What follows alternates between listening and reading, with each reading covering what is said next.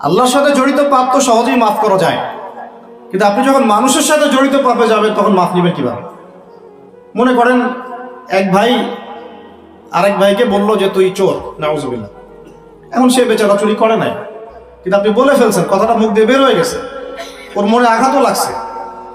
এখন বেচারা আপনাকে মাফ করে নাই মনে মনে, কাল কিয়ামতে ওর হক না দিয়ে আপনি পুলসিরাত পার হতে পারবেন না। আল্লাহু আকবার। আল্লাহ পাকের ইনসাফ এবং বিচার এত সূক্ষ্ম হবে। কত সূক্ষ্ম আপনাকে আমি একটা হাদিস থেকে খালি বলি, 1 মিনিট। একটা শিংওয়ালা ছাগল, ছাগলের শিং আছে, দুনিয়াতে একটা ছাগলকে গুঁতা দিয়েছে, ওই ছাগলের বেচারা শিং ছিল না। মানে একটা শিংওয়ালা ছাগল একটা শিংহীন ছাগলকে গুঁতা দিয়ে অন্যায়ভাবে, আল্লাহ পাক কিয়ামতের দিন ওই শিংহীন ছাগলকে শিং দিয়ে বলবেন তুই গুঁতা দিয়ে প্রতিশোধ নিয়ে নাও, বদলা নিয়ে নাও। তাহলে বলেন তো আমরা আসলে জান্নাতের পথে হাঁটতেছি সত্যি সত্যি কি? নামাজ রোজা হজ যাকাত তো চলছে, ঠিক আছে বুঝলাম, তো মানুষের সাথে জড়িত হক কিভাবে মিটাবেন কিভাবে? এই যে একটা পণ্যের ভেজাল দিলেন, ওই যে কি বলে ওটাকে, কি মিশাই জানি, ফরমালিন, হ্যাঁ ফরমালিন। এই যে মিশাই ব্যবসা করলেন, এই যে কতগুলো মানুষ ক্ষতিগ্রস্ত হলো। ধরেন যে লাখ লাখ মানুষ খেয়েছে, বেচারার পেটে সমস্যা হয়ে গেল। আর আপনি কিভাবে পার পাবেন কিয়ামতের মাঠে? আমাকে বুঝান। মাপে আপনি কম দিলেন, ঠকালেন বেচারাকে, ওর হক ছিল, পার পাবেন কিভাবে? বেচারা ও কিছু করে নাই, অযথাই তাকে অপবাদ দিলেন এবং সারা দেশের সামনে ওকে ধুয়ে রেখে দিলেন অন্যায়ভাবে। এখন আপনি পার পাবেন কিভাবে? এই জিনিসগুলো আমরা ভাবি না, আমরা মনে করি নামাজ পড়েছি বা সব পার। মানুষের সাথে জড়িত হক এত সহজে মাফ, বলেন আমার সাথে, মানুষের সাথে জড়িত হক এত সহজে মাফ হবে না। কি করণীয় তাহলে? ওই যে যার সম্পদ নিয়েছেন তার সম্পদ ফেরত দেওয়া, যার মানহানি করেছেন তার মান সম্মান ফেরত দেওয়া। এখন যে মেয়েটার মান সম্মান হানি করে ফেললেন, যে মেয়েটার ইজ্জত নিয়ে নিলেন, এখন কি হবে? কেমন করে ফেরত দিবেন? কিভাবে ফেরত দিবেন? যাকে ধর্ষণ করলেন, যাকে মিথ্যা অপবাদ দিলেন, যার সাথে জেনা করে ফেললেন, ভাবা উচিত না এগুলো?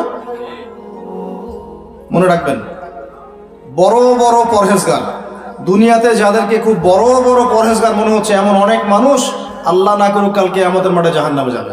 মূল কথাটা হচ্ছে, এখানে একটা পয়েন্ট মনে রাখবেন, মানুষের সাথে জড়িত হক এই দুনিয়াতে আদায় করতে হবে। ঠিক আছে ভাই? এটা লজ্জার কিছু নাই।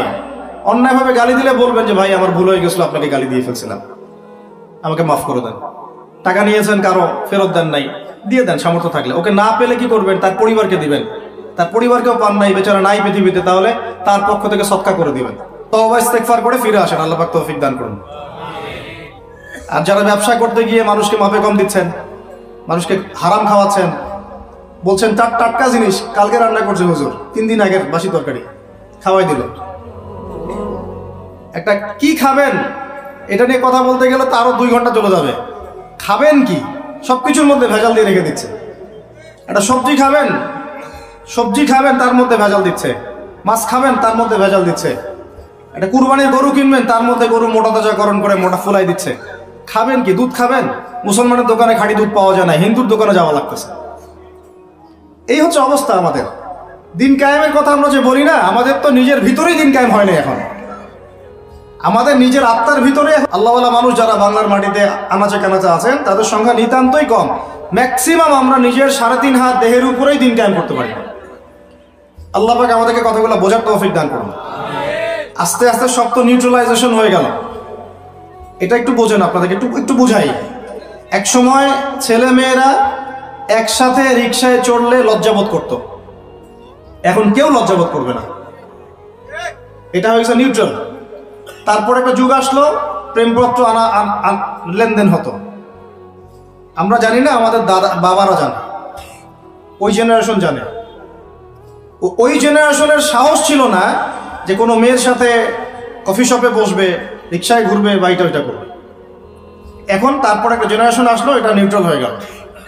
তারপরে আরেকটা আসলো, এরা আর ওইসবে নাই, সরাসরি কাজ করতে চায়, সরাসরি অন্যায় করতে চায়, সরাসরি জেনা। এখন সেই যুগ চললো। তারপরে আবার পরকীয়াটা আসলো, সিরিয়াল দেখায় পরকীয়া, বাসায় স্বামী বাইরে আরেকটা ছেলে, বাসায় স্ত্রী বাইরে একটা মেয়ে, এই যুগ চললো।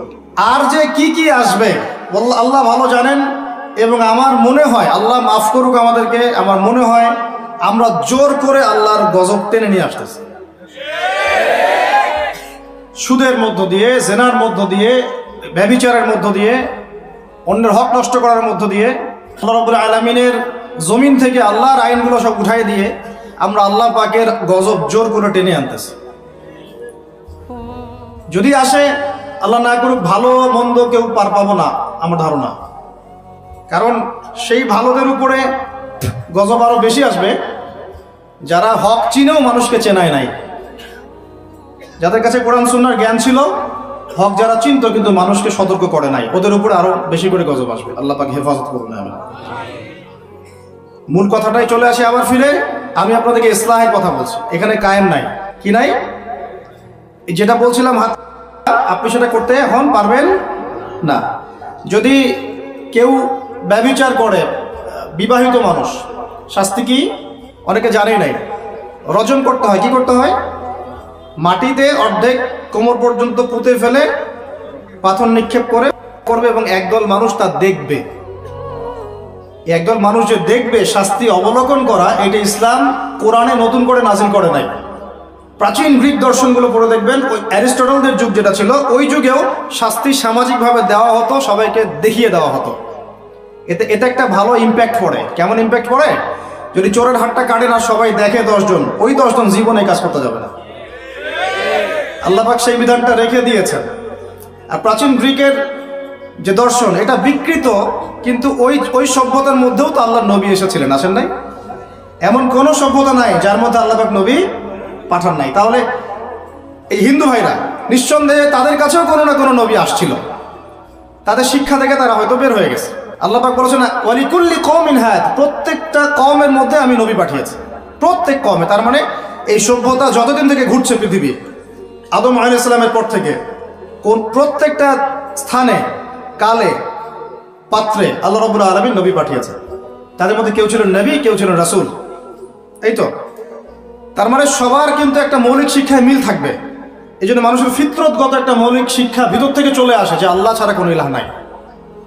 এটা কিন্তু সবাই বিশ্বাস করে একজন উপরওয়ালা আছে। দেখবেন সবাই বিশ্বাস করে, সব ধর্মের লোকই বলে উপরওয়ালা একজন আছে।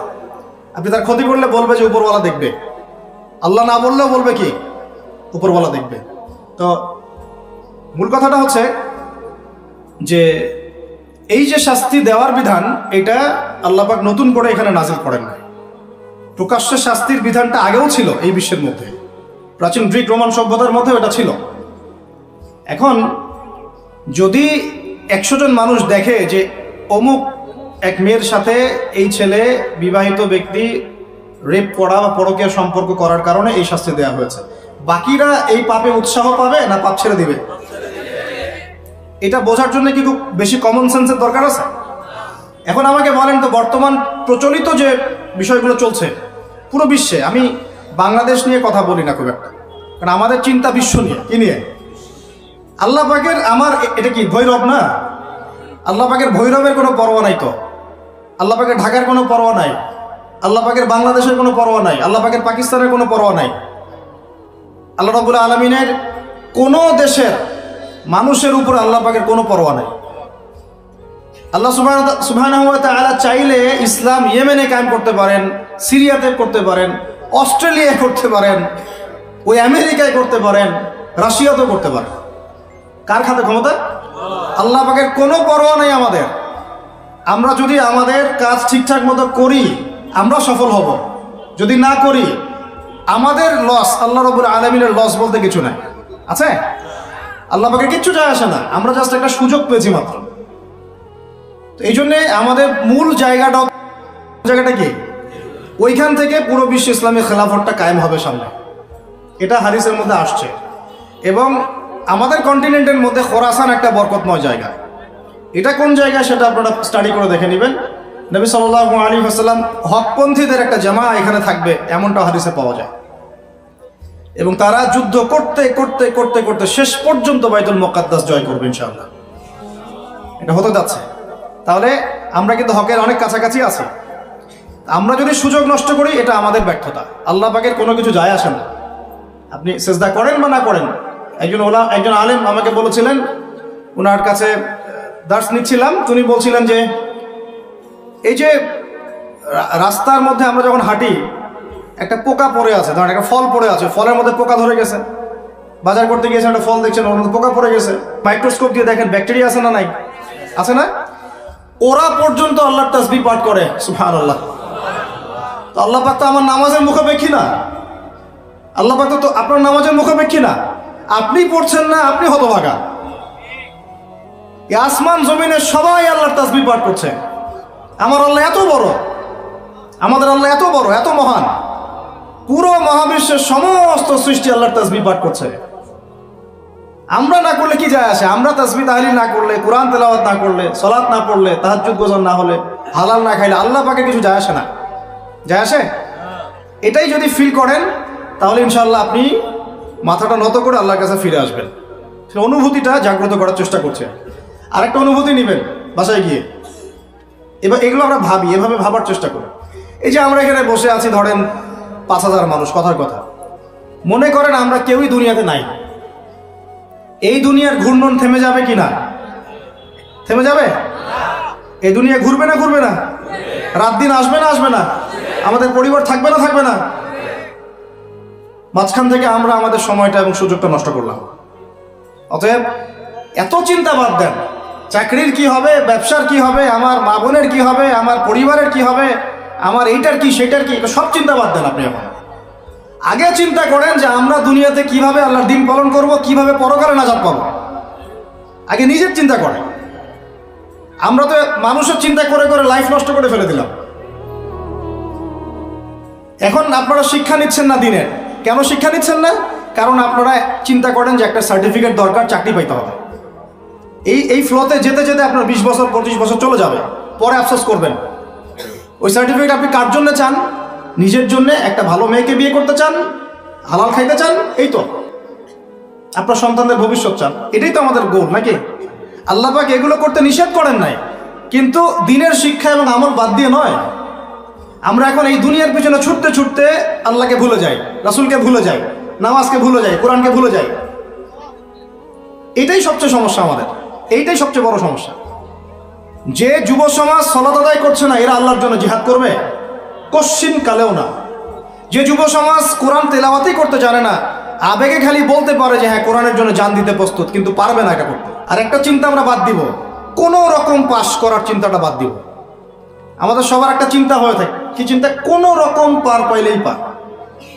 চিন্তা করি যে কোনো রকম যদি বাঁচতে পারি তাইলেই হবে। সাহাবায়ে কেরাম এইভাবে চিন্তা করতেন না, তাবেঈন ইসলাম এইভাবে চিন্তা করতেন না, তাবেঈন, 4 ইমাম, আমাদের খোলাফায়ে রাশিদিন, এই আইম্মাতুল মুজতাহিদ, তারা এইভাবে চিন্তা করতেন না। তারা চিন্তা করতেন আমি মানে নর্মাল মুসলিম হব না, আমি এক্সট্রা অর্ডিনারি মুসলিম হব। একটা নর্মাল মুসলিম।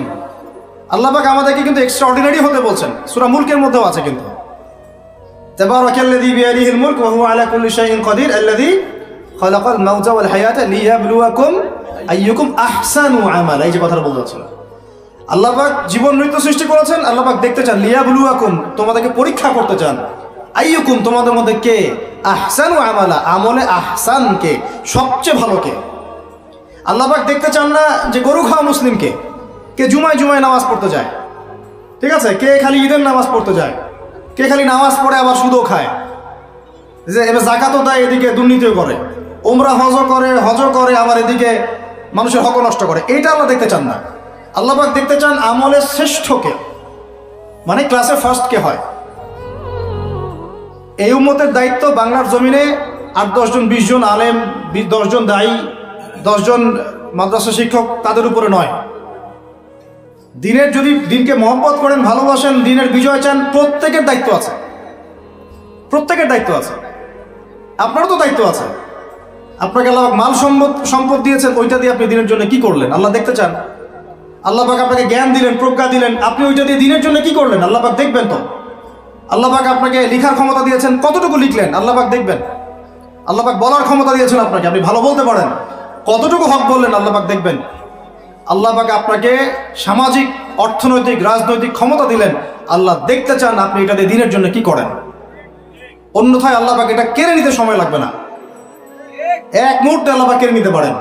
পৃথিবীতে নমরুদের নামও কেউ স্মরণ করে না, এখন ফেরাউনের নামও কেউ স্মরণ করে না, স্মরণ করলেও নেগেটিভলি স্মরণ করে, অভিশাপের সাথে স্মরণ করে, তাই না?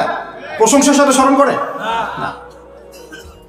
কত শত সম্প্রদায় আল্লাহ পাক বলেছেন ওয়ালাকাদ আহলাকনা ক্বাবলাহুম মিনাল কুরুন, কত সম্প্রদায় আমি ধ্বংস করে দিয়েছি তোমাদের আগে। কত সম্প্রদায় ছিল, লক্ষ লক্ষ কোটি কোটি সম্প্রদায়কে আমি ধ্বংস করে দিয়েছি তোমাদের আগে। নাই, তাদের শব্দও কি তোমরা শুনতে পাও? শব্দও শুনতে পাও না। তারা চিৎকার করছে বারজাকের জগতে আযাব থেকে বাঁচার জন্য, আমরা শুনতেও পাই না। রব্বানা আবসারনা ওয়া সামি'না ফারজি'না না'মাল সালিহান ইন্না মুকিনুন, তারাই কথা বলছে এখন। রব্বানা, হে আমাদের রব, আবসারনা, আমরা দেখেছি, মানে পরকাল আমরা দেখা হয়ে গেছে, এখন আমরা দেখেছি। কোন চোখ দিয়ে? দুই চোখ দিয়ে দেখেছি আমরা। ওয়া সামি'না, শুনলাম, মানে যা আপনি বলেছেন আমরা শুনেছি, এখন শুনেছি, দেখেছি। ফারজি'না, আমাদেরকে একটু কাইন্ডলি ফিরায় দেন দুনিয়াতে। না'মাল সালিহান, ওই যে বলছি আমল সালেহ করে আবার ফিরে আসবো। ইন্না মুকিনুন, আমাদের ইয়াকিন হয়ে গেছে। কে বলছে এরা? যত কম পৃথিবীতে ধ্বংস হয়েছে আল্লাহর আযাবে গজবে আল্লাহ বিরোধিতায়, তারাই কথা বলছে। তাহলে কিসের বড়াই? বড়াইয়ের অহংকারের জায়গা আছে? মানুষের অহংকার শোভা পায়? মানুষের মতো ক্ষুদ্র তুচ্ছ সৃষ্টির অহংকার শোভা পায়? 2 দিন পাতলা পায়খানা দিলে বাস শেষ মানুষ, একটা ডেঙ্গু জ্বর দিলেই শেষ।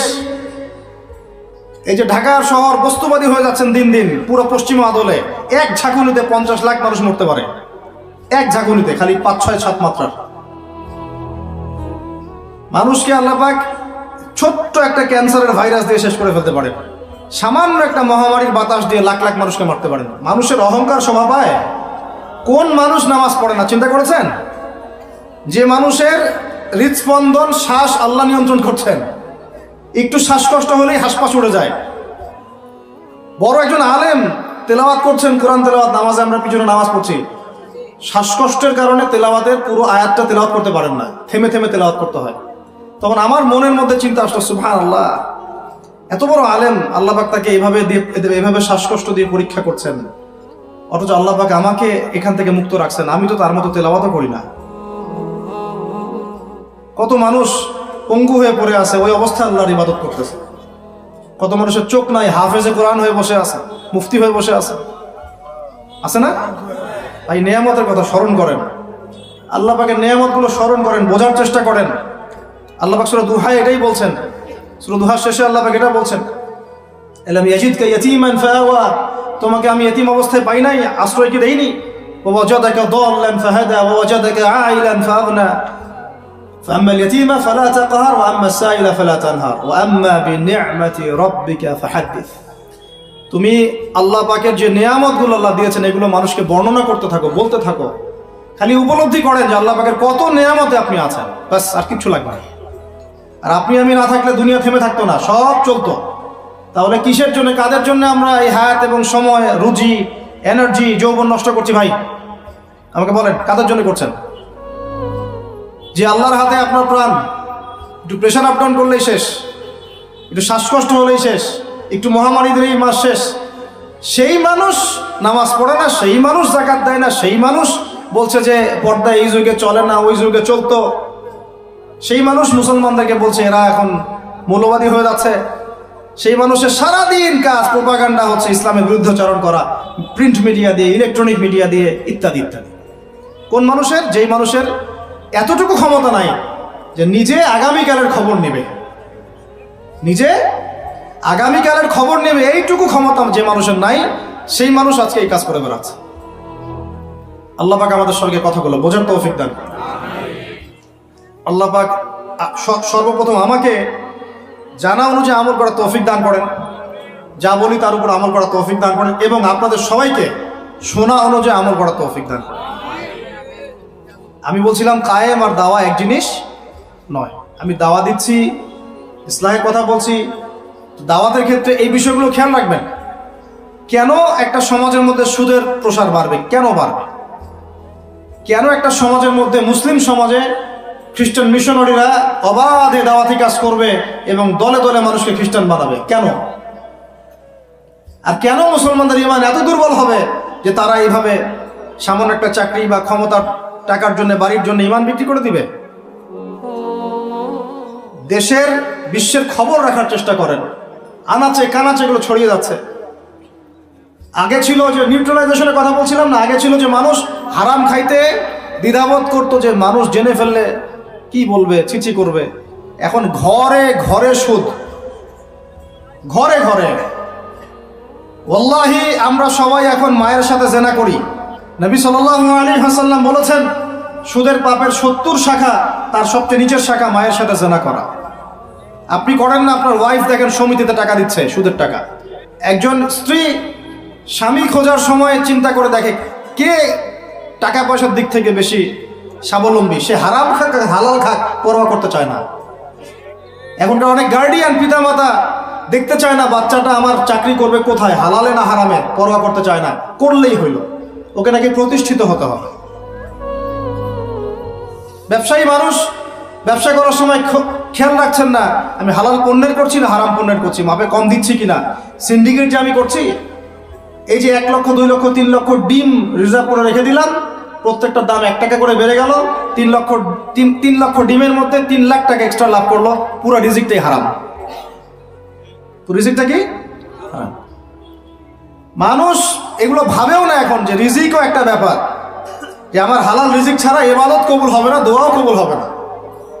বরং হারাম রিজিক নিয়ে সে বছর বছর হজ উমরা করতেছে।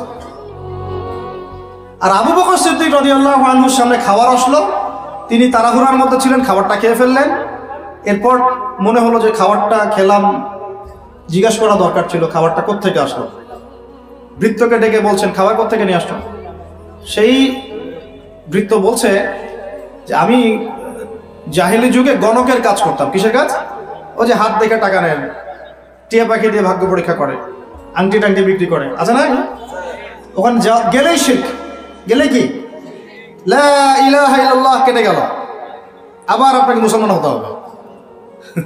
এত সহজ না। আল্লাহ পাক তার নবীকে ওয়াদা করেছেন, একদম ওয়াদা, হে মুহাম্মদ সাল্লাল্লাহু আলাইহি ওয়াসাল্লাম, তোমার উম্মতের যে কোনো ব্যক্তি আসমান জমিন সমান পাপ নিয়েও যদি আমার সামনে দাঁড়ায়, 7 আকাশের সমান পাপ, জমিনের সমান পাপ আমার সামনে দাঁড়িয়েছে কিয়ামতের মাঠে, তো বেচারার আমল নামায় কোনো শিরকের পাপ নাই। কিসের পাপ নাই?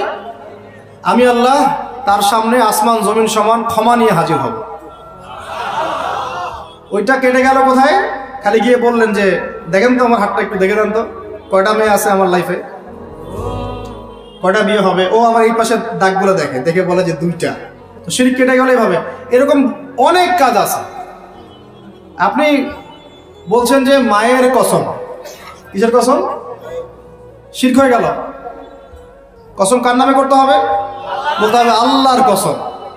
কসম যদি করতেই হয় কার নামে করতে হবে? আল্লাহর নামে। বললাম যে ভাই কেমন আছেন, তা আপনি বলছেন যে আপনার দোয়াতেই ভালো আছে, আপনার দোয়াতেই ভালো আছে। আগে কি বলতে হবে? আলহামদুলিল্লাহ, আল্লাহর রহমতে, অতঃপর আপনাদের দোয়ায় ভালো আছে। কথা বলাও শিখতে হবে। বললেন যে আগামীকাল আমি এটা করবই, আগামীকাল আমি এটা করবই, গ্যারান্টি দিতে পারবেন? পারবেন না। বলে ফেললেন যে এই সময়গুলো এখন ভালো না, সময়টা ভালো না, এটা যুগকে আপনি গালি দিলেন, এটাও নিষেধ, এটাও নিষেধ। অনেকে অনেক সময় শিরকি নামও পর্যন্ত রাখে। একজনের নাম শুনেছিলাম শাহিন শাহ, কি নাম? আচ্ছা, এরকম নামে কেউ আছেন নাকি? আচ্ছা, বাদ দেন। এর অর্থ হচ্ছে রাজাধিরাজ, রাজার সবচেয়ে বড় রাজা, মানে সবচেয়ে বড় রাজা। কে সবচেয়ে বড় বাচ্চা? সূক্ষ্ম সূক্ষ্ম অনেক শিরক আছে, বড় বড় শিরক আপনারা চিনেনি। এদিকে বলছে ইহদিনাস সিরাতাল মুস্তাকিম, সরি, ইয়াকা না'বুদু ওয়া ইয়াকা নাস্তাঈন, হে আল্লাহ শুধু আপনারই ইবাদত করি, আপনার কাছেই সাহায্য চাই। বের হই কবরে গিয়ে সিজদা করব, ওখানে মৃত মানুষের কাছে সাহায্য চাচ্ছে। সিজদা কার জন্য? সিজদা কি আল্লাহ ছাড়া অন্য কাউকে করা যাবে? সাহাবীরা কি আল্লাহর নবীকে সিজদা করেছিলেন? তাহলে আপনারা কত বড় মানুষ হয়ে গেছে? আমরা কি তাদের চেয়ে বড় হয়ে গেছি? নাউজুবিল্লাহ। এভাবে মানুষ শিরক করছে। তারপরে জবাই কুরবানি কার জন্য করতে হয়? তো মানুষ তো অনেক সময় দেখা যায় যে জীবিত মানুষ মৃত মানুষের জন্য কোরবানি করছে। এখন গ্রামে গ্রামে ছড়িয়ে পড়তেছে কবিরাজি, তান্ত্রিক, কবিরাজ, বান মারা, টোনা, এগুলা। যে করবে সেও মুশরিক, যে ওখানে গিয়ে ধন্না দেয় সেও মুশরিক। হ্যাঁ, যে করবে সে তো মুশরিক হয়ে গেছেই। আর যে গিয়ে ধন্না দিচ্ছে যে আপনি আমাকে এগুলা থেকে বাঁচান, এবং সে জিনের সাহায্য নিয়ে বিভিন্নভাবে এই কাজগুলো করে দিচ্ছে, সমস্যা, ইমান কেটে গেল। কি করতে পারবেন? কোরআন এবং হাদিস থেকে চিকিৎসা করতে পারবেন। বরং কোরআন সুন্নাহ দিয়ে আল্লাহর কাছে এমন চিকিৎসা নেওয়া যায়, যেই চিকিৎসা ও তো অতিক্রম করতে পারবেই না, বরং করতে গেলে ও নিজে ধ্বংস হয়ে যাবে। কোরআনের উপর যেতে পারবে? এগুলো দিন দিন বাড়তেছে। আমি আপনাদেরকে কিছু চিকিৎসা বলে দিই, এগুলো আমল করলেন ইনশাআল্লাহ আল্লাহ পাক আপনাদেরকে হেফাজত করবেন ইনশাআল্লাহ। 1 নাম্বার তো নামাজ তো অবশ্যই পড়বেন, পবিত্র থাকবেন ওযু অবস্থায়। 3 নাম্বার আয়াতুল কুরসি পড়বেন, আয়াতুল কুরসি। কোন সূরা আছে এটা? সূরা বাকারার 255 নম্বর আয়াত, আয়াতুল কুরসি। আর পড়বেন সূরা বাকারার শেষের 3 আয়াত, সূরা বাকারার শেষের 3 আয়াত। এর আগে সূরা ফাতিহা আছে, তারপরে পড়বেন সূরা ফালাক, নাস, ইখলাস, কাফিরুন। সূরা ফালাক, নাস, ইখলাস, কাফিরুন। পড়বেন সূরা জিনের প্রথম 10 আয়াত। কোন সূরা? সূরা জিনের প্রথম 10 আয়াত। পারলে পুরা সূরা ইয়াসিন, সূরা ইয়াসিন। তারপর সূরা সফফাত এর প্রথম 10 আয়াত, এর সাথে সূরা কাহাফের প্রথম 10 আয়াত। তারপরে সূরা তাহা, সূরা ইউনুস আর সূরা আরাফ। এই 3টা সূরায় জাদু, বান, টোনার এগুলোর বিরুদ্ধে কিছু আয়াত আছে। যেমন قالوا يا موسى إما أن تلقي وإما أن نكون أول من ألقى قال بل ألقوا فإذا حبالهم وعصيهم يخيل إليه من سحرهم أنها تسعى فأوجس في نفسه خيفة موسى قلنا لا تخف إنك أنت الأعلى وألق ما يمينك تلقف ما صنعوا إنما صنعوا كيد ساحر ولا يفلح الساحر حيث أتى। মানে এগুলো অর্থ জানলে আপনারা বুঝবেন। এগুলো পড়লে এগুলো একদম লোহার তরবারি দিয়ে যেমন আঘাত করা হয়, এভাবে আঘাত করা হয়, সব শেষ হয়ে যাবে ইনশাআল্লাহ তাআলা, ইনশাআল্লাহ। কেউ যদি এগুলোতে আসক্ত থাকেন, এটা শিরক। এটা কি?